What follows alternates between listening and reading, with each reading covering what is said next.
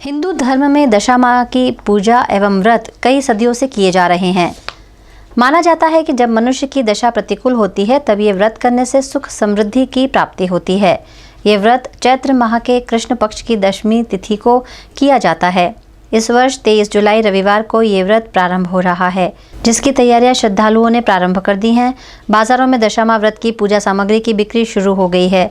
दशा माँ की अलौकिक मूर्तियाँ श्रद्धालु श्रद्धा के साथ खरीद रहे हैं।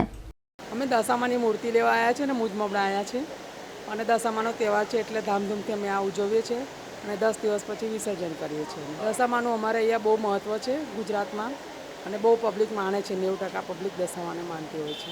દશામાનો તહેવાર છે 23 તારીખે, તો અનેક પ્રકારની મૂર્તિ જોવા મળે છે અહીંયા। તો અમે કન્ફ્યુઝ થઈ ગયા છે કે કઈ મૂર્તિ લઈએ। તો 23 તારીખનો તહેવાર છે તો એના માટે અમે પસંદ કરવા આવેલા છે મૂર્તિ।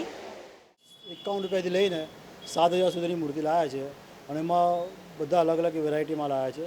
લગભગ 20થી 25 અલગ અલગ વેરાયટી છે અમારી પાસે અને રિસ્પોન્સ સારો છે। આ વર્ષે કસ્ટમર બી સારા આવે છે, બહારથી આવે છે કસ્ટમર, અમારા બહારથી MP મહારાષ્ટ્રથી બી કસ્ટમર આવીને લઈ જાય છે મૂર્તિઓ અને સારો રિસ્પોન્સ મળે છે અમને। માતાજીની કૃપા સારી છે કે અમારું સારું કામકાજ ચાલે છે।